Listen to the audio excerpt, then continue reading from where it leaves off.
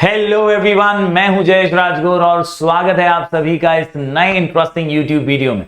दोस्तों, हम पढ़ रहे हैं क्लास 12 का ओसीएम चैप्टर नंबर 1 और ये है लेक्चर नंबर 4। और आज हम एक ऐसा आंसर करने जा रहे हैं जिससे आपको प्रिंसिपल्स ऑफ मैनेजमेंट का महत्व समझेगा। जी हाँ दोस्तों, importance of principles of management यानी significance of principles of management एक इंपॉर्टेंट क्वेश्चन है। और कई बार लोग मुझसे पूछते हैं कि सर आपने ये पहले क्यों नहीं कराया, क्योंकि ये तो पहला वाला क्वेश्चन था, आपने पहले प्रिंसिपल्स कराए। दोस्तों, अक्सर कई बार ऐसा होता है कि प्रिंसिपल्स ऑफ मैनेजमेंट ना पता होने की वजह से उसके महत्व समझ नहीं पाते लोग। तो मैंने कोशिश की कि पहले आपको प्रिंसिपल्स बता दूं कि ये उसूल, ये गाइडलाइंस होते हैं ऑर्गेनाइजेशन में जो मैनेजर्स को फॉलो करने चाहिए, और अब वो क्यों फॉलो करने चाहिए और फॉलो करके क्या होगा उसका महत्व आपको समझेगा ज्यादा बेहतर तरीके से। तो ये कोशिश है, उम्मीद करता हूं आप सराहना देंगे और सपोर्ट करेंगे। अगर आप इस चैनल पर नए हैं तो जरूर से लाइक कीजिए, शेयर कीजिए और ज्यादा से ज्यादा स्टूडेंट्स तक पहुंचाइए। नए हैं तो जरूर सब्सक्राइब कीजिएगा, बेल आइकन दबाइएगा और अपना प्यार बरकरार रखिएगा। चलिए आज के इस लेक्चर को शुरू करते हैं। आज का हमारा क्वेश्चन है significance of principles of management, यानी क्यों है ये प्रिंसिपल्स बहुत इंपॉर्टेंट। चलिए शुरू करते हैं।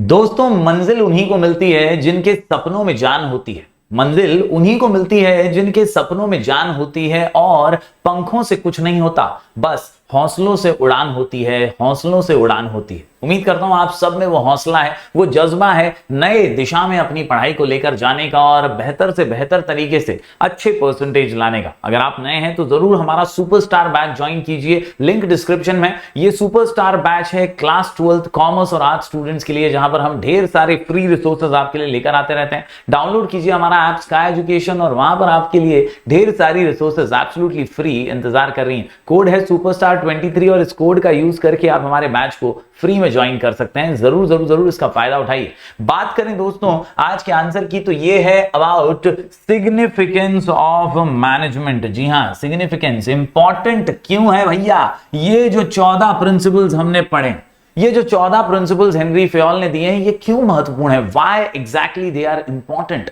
दोस्तों, ये गाइडलाइंस हैं, ये जनरल गाइडलाइंस की तरह मैनेजर के समक्ष हेनरी फेयोल ने रखी हैं और मैनेजर को चाहता है हेनरी फेयोल कि वो इसे यूज करें और ऑर्गेनाइजेशन को सफलता की सीढ़ियां चढ़ाएं। और इसीलिए दोस्तों इसका शॉर्ट कोड जो है, कुल मिलाकर के 7 पॉइंट का आंसर आप देख सकते हैं। इसको आसानी से समझने के लिए और याद करने के लिए हमारा शॉर्ट कोड है भैया उपदेश। जी हां दोस्तों, है ही ये उपदेश। ये उपदेश हेनरी फेयोल दे रहा है कि इन मैनेजमेंट के प्रिंसिपल्स को अगर वाकई में मैनेजमेंट फॉलो करे तो 4 चांद लग सकते हैं ऑर्गेनाइजेशन की सफलता में, और ऑर्गेनाइजेशन वाकई में बहुत सफल ऑर्गेनाइजेशन बन सकता है। तो चलिए आज हर पॉइंट को बारीकी से समझेंगे। थोड़ा सा एक ब्रीफ दे देता हूं आपको। As we have discussed the nature of principles of management, it can be said that management principles are applicable everywhere, universally applicable है। ये तो हम जानते ही हैं कि भैया सब जगह लागू होते हैं ये principles. They are applicable everywhere और सभी के लिए बहुत मायने भी रखते हैं। They are in the form of predetermined solutions, यानी यार प्रॉब्लम्स आने ही वाली हैं और ऐसी कई प्रॉब्लम्स हेनरी फेयोल ने भी एक्सपीरियंस की थी, उनके लिए उसने कुछ सॉल्यूशंस दिए हैं और वही यहां पर सामने आते हैं प्रिंसिपल्स के रूप में। They are guiding the manager, so it is important for every manager to know them in every type of organisation और in a group activity. One needs to apply principles according to the nature, size and requirement of the organisation, यानी जरूरत के हिसाब से, एकदम nature और size के हिसाब से, ऑर्गेनाइजेशन बड़ा है छोटा है कैसा है उसके हिसाब से ये प्रिंसिपल्स जरूर अपनाने चाहिए, ऐसा हेनरी फेयोल मानते हैं। और इसीलिए ये 7 इंपॉर्टेंट पॉइंट्स आपको समझाएंगे कि why exactly these principles are important, क्या है इनका सिग्निफिकेंस, क्या है इनका महत्व। आंसर का नाम उपदेश, आंसर का नाम उपदेश, आंसर का नाम उपदेश, आंसर का नाम उपदेश, आंसर का नाम उपदेश। यू से अंडरस्टैंडिंग सोशल रिस्पॉन्सिबिलिटी। जी हां दोस्तों, सामाजिक जिम्मेदारी भी कुछ होती है और हर बिजनेस हाउस को, हर मैनेजर को ये सामाजिक जिम्मेदारी को समझना बहुत जरूरी है और इसी में प्रिंसिपल्स ऑफ मैनेजमेंट उसकी मदद करते हैं। बात करें दोस्तों अगले पॉइंट की, तो यहां पर यू के बाद आता है P, provides useful insight to managers. Managers को यार एकदम अच्छे से, है ना, अंदर की खबरें, अंदर की इंफॉर्मेशन, ये जो माहौल कैसा है ऑर्गेनाइजेशन में उसकी एक झलक प्राप्त होती है उसके बारे में उसे ज्यादा अच्छे से पता चलता है कि यार ऑर्गेनाइजेशन में हेल्दी एनवायरनमेंट है भी या नहीं, वर्किंग एनवायरनमेंट कैसा है, ये प्रकार की चीजें जो है एक यूजफुल इंसाइट देता है। प्रॉब्लम्स क्या आ सकते हैं, कैसे उन्हें सॉल्व करना है, इसकी जानकारी दे सकता है। बात करें आगे तो डी से अगला पॉइंट निकल करके आता है डेवलप्स ऑब्जेक्टिव्स अप्रोच, यानी एक ऑब्जेक्टिव अप्रोच, मकसद गोल ओरिएंटेड हमें बनाता है ये प्रिंसिपल्स। तो दोस्तों ये जो 14 प्रिंसिपल्स हैं ये एक प्रकार के उपदेश ही हैं और इसीलिए यू से अंडरस्टैंडिंग, पी से प्रोवाइडिंग, डी से developing. Understanding, providing, developing, understanding, providing, developing, understanding social responsibility, providing useful insight, इसके अलावा डेवलपिंग ऑब्जेक्टिव अप्रोच। बात करें अगले पॉइंट की तो ये है एनकरेजेस रिसर्च एंड डेवलपमेंट, यानी यार आपने प्रिंसिपल ऑफ इनिशिएटिव तो पढ़ाई है मेरे साथ, इन बोले तो इनिशिएटिव, इन बोले तो इनिशिएटिव। इस पॉइंट के जरिए दोस्तों हमने यही देखा कि यार मैनेजर का काम है प्रोत्साहन देना, आगे कोई बढ़ करके कुछ करने की कोशिश कर रहा है ऑर्गेनाइजेशन के लिए तो उसकी सराहना करना, उसको डिस्कशन में इन्वॉल्व करना। और दोस्तों इसीलिए यहां पर एनकरेज करने में बहुत इंपॉर्टेंट हैं ये प्रिंसिपल्स ऑफ मैनेजमेंट। हमारा क्वेश्चन क्या है समझिए, क्वेश्चन है significance, importance of principle of management. और इंपॉर्टेंस इसीलिए है क्योंकि ये मोटिवेट और एनकरेज करता है रिसर्च और डेवलपमेंट को भी, ताकि नई नई चीजें हो सकें, इनोवेटिव चीजें हो सकें, क्रिएटिवली चीजें हो सके ऑर्गेनाइजेशन में। बात करें अगले पॉइंट की तो यह है साइंटिफिक डिसीजंस लेने में मदद करता है। और इसके अलावा आखिरी 2 पॉइंट्स में हम देख सकते हैं helpful in efficient decision making और helpful to coordinate and control. तो इस प्रकार से उपदेश के माध्यम से 7 पॉइंट्स को दिमाग में फिट किया जा सकता है और आसानी से इसे हम लिख करके प्रैक्टिस कर सकते हैं। तो जरूर जरूर जरूर इस वीडियो को अंत तक देखिए ताकि आप समझ पाएं कि हर पॉइंट में क्या है खास और क्या है कॉन्सेप्चुअल क्लैरिटी इन सभी पॉइंट्स के अंदर। चलिए बढ़ते हैं पॉइंट नंबर 1 की ओर। तो दोस्तों पहला पॉइंट निकल करके आता है अंडरस्टैंडिंग सोशल रिस्पॉन्सिबिलिटी। सामाजिक जवाबदारी भी तो कुछ चीज होती है। हर बिजनेस हाउस को सिर्फ स्वार्थी बनकर सेल्फिश नहीं सोचना है। यहां पर दोस्तों हर बिजनेस हाउस को, मैनेजमेंट को जो है समाज के लिए भी काम करना है और समाज के वेलफेयर का भी सोचना है, समाज के हित का भी सोचना है। और इसीलिए ये प्रिंसिपल्स ऑफ मैनेजमेंट जो हैं 14 प्रिंसिपल्स, ये आपको मदद करते हैं in understanding your social responsibility. हमें अच्छे क्वालिटी प्रोडक्ट्स जनता तक पहुंचाने हैं, ये हमारा कर्तव्य है। साथ ही साथ हमें अच्छे क्वालिटी प्रोडक्ट्स अच्छे दाम पर, राइट प्राइस पर देने हैं, ये भी हमारा एक कर्तव्य है। कोई भी किसी भी प्रकार की या कोई भी प्रकार की हमें मोनोपोली क्रिएट नहीं करनी कि यार कस्टमर मजबूर होकर हमारे से ही परचेज कर रहा है और हम उसका फायदा उठा रहे हैं।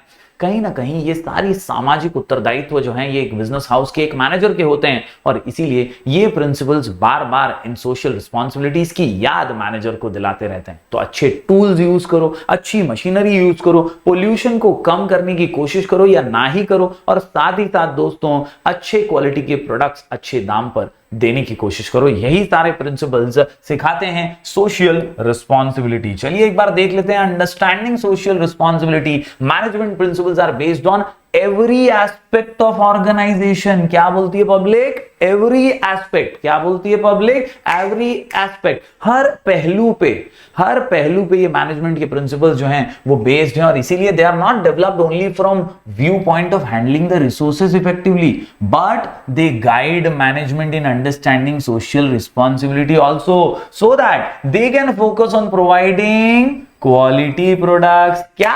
Providing quality products. क्या?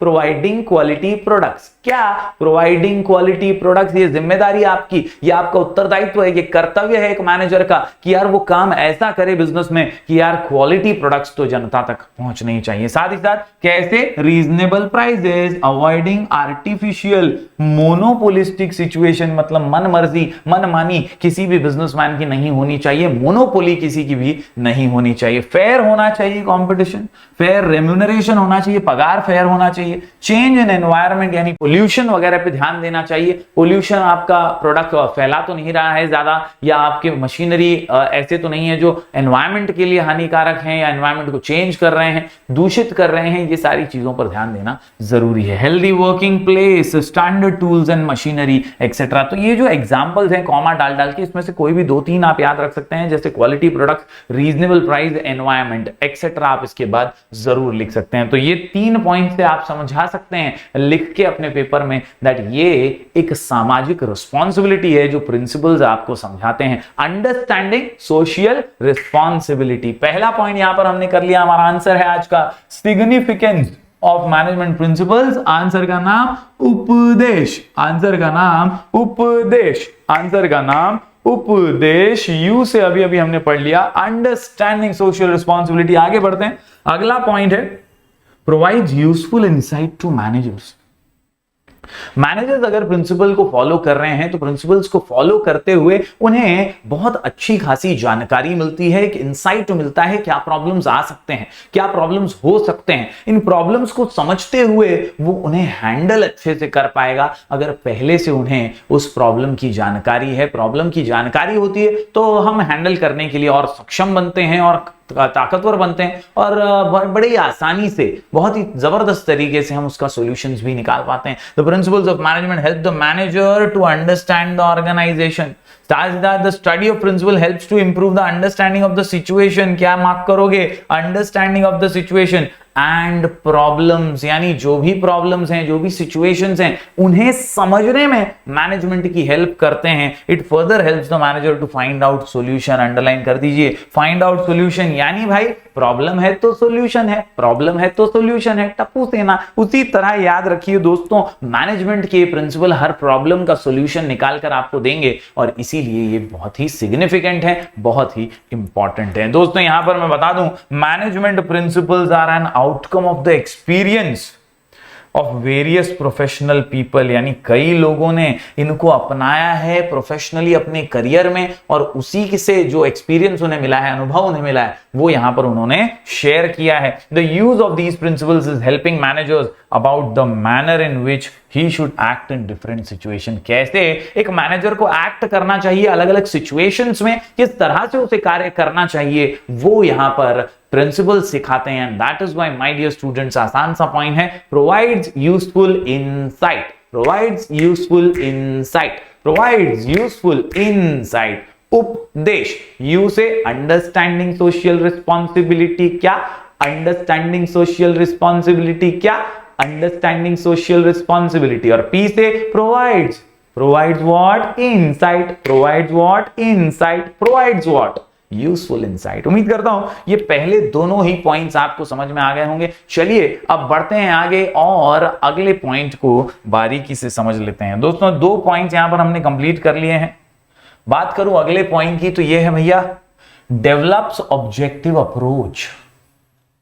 मकसद से आप भटके नहीं, गोल से आप हटके नहीं काम करें, इसीलिए आपको गोल पे स्टक रहना है, गोल पे फोकस्ड रहना है और गोल को अचीव करने के लिए मेहनत करना है। मैनेजमेंट के प्रिंसिपल्स आपको गोल ओरिएंटेड बनाते हैं, ऑब्जेक्टिव ओरिएंटेड बनाते हैं और आपका अप्रोच जो है ना वो बदल देते हैं। जिस तरह से आप नजर को बदलेंगे तो नजारे बदलेंगे, सोच को बदलोगे तो सितारे बदलेंगे, कश्तियां बदलने की जरूरत नहीं, बस दिशाओं को बदलो तो किनारे बदलेंगे। बस वही आपके किनारे यहां पर बदलने के लिए दिशा को मैनेजमेंट प्रिंसिपल्स बदलते हैं। जी हां, with the help of various principles of management one can develop an objective approach. Managers can identify the business opportunities, underline कर लो, identify business की opportunity, root causes of problems, क्या बोलती है? causes of the problems in correct manner and provides appropriate solutions। तो भाई काम fit है, एकदम मामला हिट है। क्या याद रखेंगे आप लोग? याद रखिए, हेल्प करते हैं ये प्रिंसिपल्स हमें एक ऑब्जेक्टिव अप्रोच डेवलप करने में। क्या करते हैं ये? तो आइडेंटिफाई करते हैं अपॉर्चुनिटी को, प्रॉब्लम्स को आइडेंटिफाई करते हैं और साथ ही साथ प्रोवाइड करते हैं अप्रोप्रिएट सॉल्यूशंस। क्या प्रोवाइड करते हैं? Appropriate solution. It builds confidence in the minds of the manager, यानी मैनेजर के माइंड में कॉन्फिडेंस आता है। प्रिंसिपल्स को फॉलो करते हुए वो सफलता प्राप्त करता जाता है और इसी से तो कॉन्फिडेंस आता जाता है। उम्मीद करता हूं आसान सा पॉइंट आपको समझ में आ गया होगा। Understanding social responsibility, providing useful insight और अब डेवलप्स ऑब्जेक्टिव अप्रोच। अगला पॉइंट जो है वो आपके सामने है, encourages research and development, creativity, innovation. ये बहुत जरूरी होता है। कई बार काम घिसा पिटा बन जाता है एक ही तरीके से करने पर, तो उसको तरीके को बदलना जरूरी है, नए नए रिसर्चेस करना जरूरी है, डेवलपमेंट करना जरूरी है, प्रोसेस को नया बनाना जरूरी है, और इससे और नई सफलता और ज्यादा सफलता हम हासिल कर सकते हैं। और मेरा मानना है कि ये रिसर्च और डेवलपमेंट की वजह से ही पॉसिबल हो पाता है कि हम नई नई टेक्नोलॉजी से रूबरू हो पाते हैं, नई चीजें कर पाते हैं। यहां पर रिसर्च एंड डेवलपमेंट के बारे में यही कहा गया है कि प्रिंसिपल्स ऑफ मैनेजमेंट ये डायनामिक है, और इसीलिए इनका नेचर भी चेंज होता रहता है, समय के साथ ये बदलते रहते हैं, चेंजिंग सिचुएशंस के साथ, बिजनेस वर्ल्ड के साथ। Over the years, they have developed to suit the current need. It enables the managers to bring a consistent improvement in them. यानी दोस्तों, इन्हीं प्रिंसिपल्स की वजह से एक मैनेजर अपने आप में और अपने ऑर्गेनाइजेशन में कंसिस्टेंटली चेंजेस ला सकता है, कंसिस्टेंटली बदलाव ला सकता है और इंप्रूवमेंट ला सकता है। क्या? Consistent improvement in them. क्या? Consistent improvement in them. For this my dear students, यहां पर कंसिस्टेंसी बहुत ज्यादा जरूरी होती है। Management adopts new trends. Yes, remember, new trends को मैनेजमेंट अडॉप्ट करता है, और अडॉप्ट करते हुए वो अपने वर्किंग एनवायरनमेंट को ऑटोमेटिकली ग्रो करने में मदद करता है। वर्किंग एनवायरनमेंट बूस्ट होता है, अच्छा बनता है, और हेल्दी एनवायरनमेंट से ही हमारा काम जो है आसान हो पाता है। तो बहुत ही सिंपल है कि भाई रिसर्च एंड डेवलपमेंट जो है ये बहुत जरूरी प्रोसेस है। इससे ही जो है माहौल बहुत नया बनेगा, क्रिएटिव बनेगा, इनोवेटिव बनेगा, और सफलता की सीढ़ियां हम चढ़ पाएंगे। दोस्तों, आखिरी लाइन यहां पर आप मार्क कर दीजिए कि ट्रेनिंग बार बार देना भी जरूरी है। मैनेजमेंट मॉडिफाई कर सकती है प्रिंसिपल को अपनी जरूरत के हिसाब से, और एक साइंटिफिक अप्रोच के जरिए रिसर्च एंड डेवलपमेंट करवा सकती है। और ये जो ग्रोथ की ट्रेनिंग वगैरह है, जैसे आपने देखा होगा जब 1990s के दौर में कंप्यूटराइजेशन हुआ, तो कई ऐसे कर्मचारी थे कंपनीज में जिनको कंप्यूटर्स वगैरह नहीं आती थी, तो बहुत सारी कंपनियों ने क्या किया, कंप्यूटर की ट्रेनिंग दी, और ट्रेनिंग हासिल करने के बाद एम्प्लॉइज जो है वो और एफिशिएंट बने और अच्छे से काम करने लगे, फास्ट काम ऑर्गेनाइजेशंस में होने लगा। तो ये एक दौर है, इस दौर के हिसाब से आपको चलना पड़ता है, अलग अलग चीजें प्रिंसिपल्स आपको देते हैं with the help of training, और ये जो है रिसर्च एंड डेवलपमेंट में काफी हेल्पफुल होता है। For example, R&D department always works on finding new techniques in the field of production, finance, marketing, human resource, etc. तो ये अलग अलग उदाहरण हैं जहां से आपको पता चलता है कि अलग अलग डिपार्टमेंट्स का नए नए टेक्निक्स ढूंढना बहुत इंपॉर्टेंट है। उम्मीद करता हूं दोस्तों यहां पर एक और पॉइंट आपको समझ में आ गया होगा। 4 पॉइंट्स कुल मिलाकर के अभी तक हमने कर लिए हैं। क्वेश्चन का नाम है सिग्निफिकेंस ऑफ प्रिंसिपल्स, आंसर का नाम उपदेश, आंसर का नाम उपदेश। यू से हमने आसान सा पॉइंट पढ़ा, अंडरस्टैंडिंग सोशल रिस्पॉन्सिबिलिटी। इसके अलावा प्रोवाइड्स यूजफुल इनसाइट हमने पढ़ा। इसके अलावा अभी अभी हमने पढ़ा डेवलप्स ऑब्जेक्टिव अप्रोच, और ई से एनकरेजेस रिसर्च एंड डेवलपमेंट। चलिए अब बढ़ते हैं आगे। दोस्तों, अगला जो पॉइंट निकल करके आता है वो है साइंटिफिक डिसीजंस। जी हां, साइंटिफिक डिसीजंस वो होते हैं जो ट्रायल एंड एरर बेसिस पे नहीं होते, एकदम कॉन्फिडेंटली होते हैं, रोक ठोक होते हैं, बड़ी ही सोच समझ के साथ होते हैं।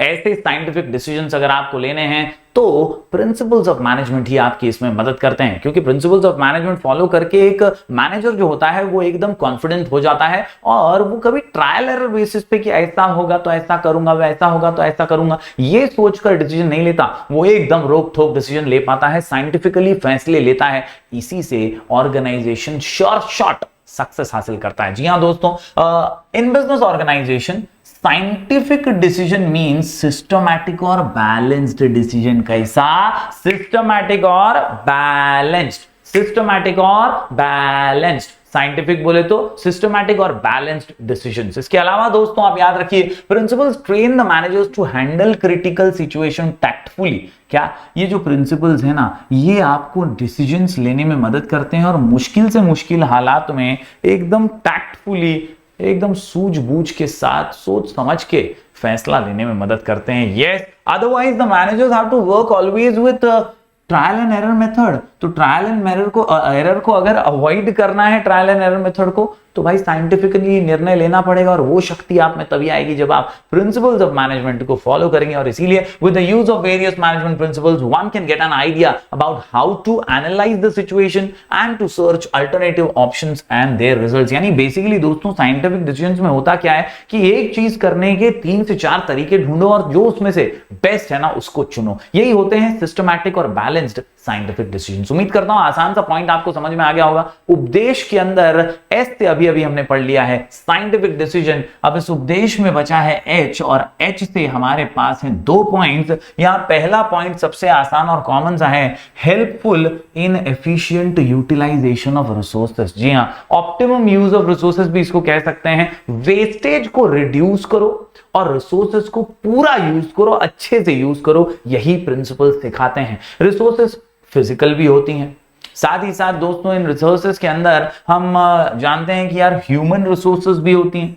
तो ह्यूमन रिसोर्सेस हो, फिजिकल रिसोर्सेस हो, इनका अच्छे से प्रोडक्टिव यूज करना, वेस्टेज को रिड्यूस करना, यही हमें प्रिंसिपल्स ऑफ मैनेजमेंट सिखाते हैं। और यही बात यहां पर दोहराई गई है दैट अलग अलग प्रकार के रिसोर्सेस हैं, मटेरियल है, मशीन्स हैं, मनी है, ये फिजिकल में आते हैं। और ह्यूमन रिसोर्सेस में आता है मैन पावर, यानी वर्कर्स, एम्प्लॉइज, ये जो लोग हैं इनको भी आप ठीक से यूज कीजिए, इनका भी एनर्जी वेस्ट होने मत दीजिए, इनका मेंटल प्रेशर इनको मत दीजिए, इनको ऐसे काम करवाइए कि काम करने में इनको मजा भी आए और ये लोग ऑर्गेनाइजेशन की सफलता में और ज्यादा मेहनत कर सकें। दोस्तों यही है the basic function of management is to make proper balance between these resources by putting them into optimum use. कैसा यूज? Optimum use. कैसा यूज? Optimum use. कैसा यूज? Optimum use. यानी यार वेस्टेज नहीं होना चाहिए, ऑप्टिमम यूज करो and control on wastage of resources. ये 2 बातें ही सबसे इंपॉर्टेंट है।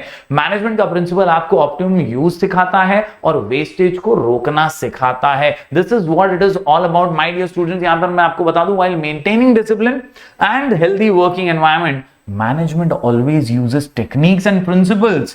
It helps in establishing cordial relationship between management and employees. इसी से एक अच्छा healthy environment create होता है और जबरदस्त तरीके से हम आगे बढ़ पाते हैं। उम्मीद करता हूं दोस्तों ये उपदेश का आसान सा एच आपको समझा होगा।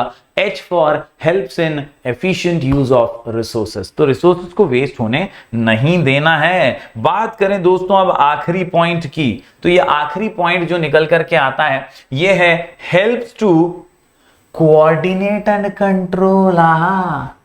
तालमेल बनाता है, चेक करता है कि भैया जैसा सोचा था वैसा काम हुआ भी है या नहीं। क्योंकि मैनेजर टास्क तो असाइन कर देता है, टास्क असाइन करने के बाद ये जांचना, ये परखना कि यार सही से काम हो भी रहा है या नहीं, सही से टास्क कंप्लीट हो भी रहा है या नहीं, ये जांचना परखना भी बहुत जरूरी है। और ये करने में दोस्तों मदद मिलती है मैनेजमेंट के प्रिंसिपल से, ताकि कोऑर्डिनेशन बना रहे अलग अलग डिपार्टमेंट्स के बीच और कंट्रोल भी रहे कि यार मैंने जितना सोचा था उतना काम हुआ है या कितना बच गया है, कितना रह गया है काम कंप्लीशन से दूर। ये सारी एनालिसिस करने में भी मैनेजमेंट के प्रिंसिपल्स हेल्प करते हैं। हम पढ़ रहे हैं सिग्निफिकेंस, और ये इसीलिए जरूरी है क्योंकि कोऑर्डिनेशन बनाते हैं डिपार्टमेंट्स में और साथ ही साथ कंट्रोल भी लाते हैं। Management principles are the guidelines for better coordination. क्या? Guidelines for better coordination and control. Guidelines for better coordination and control. It is very challenging to create coordination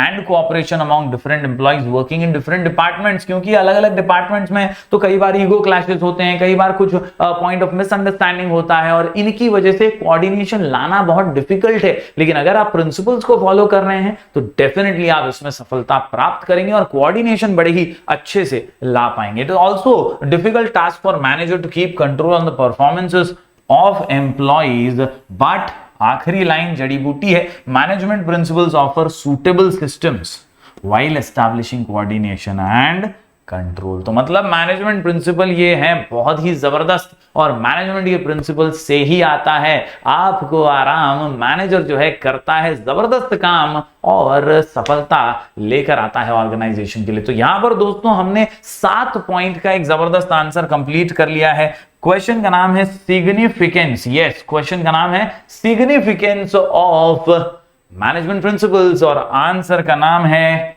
उपदेश। आंसर का नाम है उपदेश। यू से अंडरस्टैंडिंग सोशल रिस्पॉन्सिबिलिटी। P से provides useful insight to managers. D से develops objective approach. यहां पर E से आता है एनकरेजेस रिसर्च एंड डेवलपमेंट और इसके अलावा साइंटिफिक डिसीजंस। और H से 2 points, helpful in efficient decision making and helpful to coordinate and control. उम्मीद करता हूं ये पूरा आंसर आप लिख करके प्रैक्टिस करेंगे, जरूर आप इस वीडियो को समझ पाए होंगे ऐसी मैं उम्मीद करता हूं। इसे लाइक कीजिएगा, शेयर कीजिएगा ज्यादा से ज्यादा स्टूडेंट्स तक। डिस्क्रिप्शन को पढ़ना मत भूलिए, वहां पर भी कुछ इंपॉर्टेंट चीजें आपके लिए रखी गई हैं, तो जरूर डिस्क्रिप्शन को भी फॉलो कीजिए। हम ऐसे ही वीडियोस लगातार आपके लिए लेकर आते रहेंगे। मिलेंगे फिर एक बार कुछ और नए वीडियोस के साथ। तब तक के लिए दोस्तों जरूर कुछ भी डाउट हो तो मुझे आप इंस्टाग्राम पे डीएम कर सकते हैं। मैं कोशिश करूंगा ज्यादा से ज्यादा लोगों के डाउट सॉल्व करने की। Thank you for watching. मिलेंगे फिर एक बार कुछ और नए वीडियोस के साथ। तब तक के लिए do like, share and subscribe.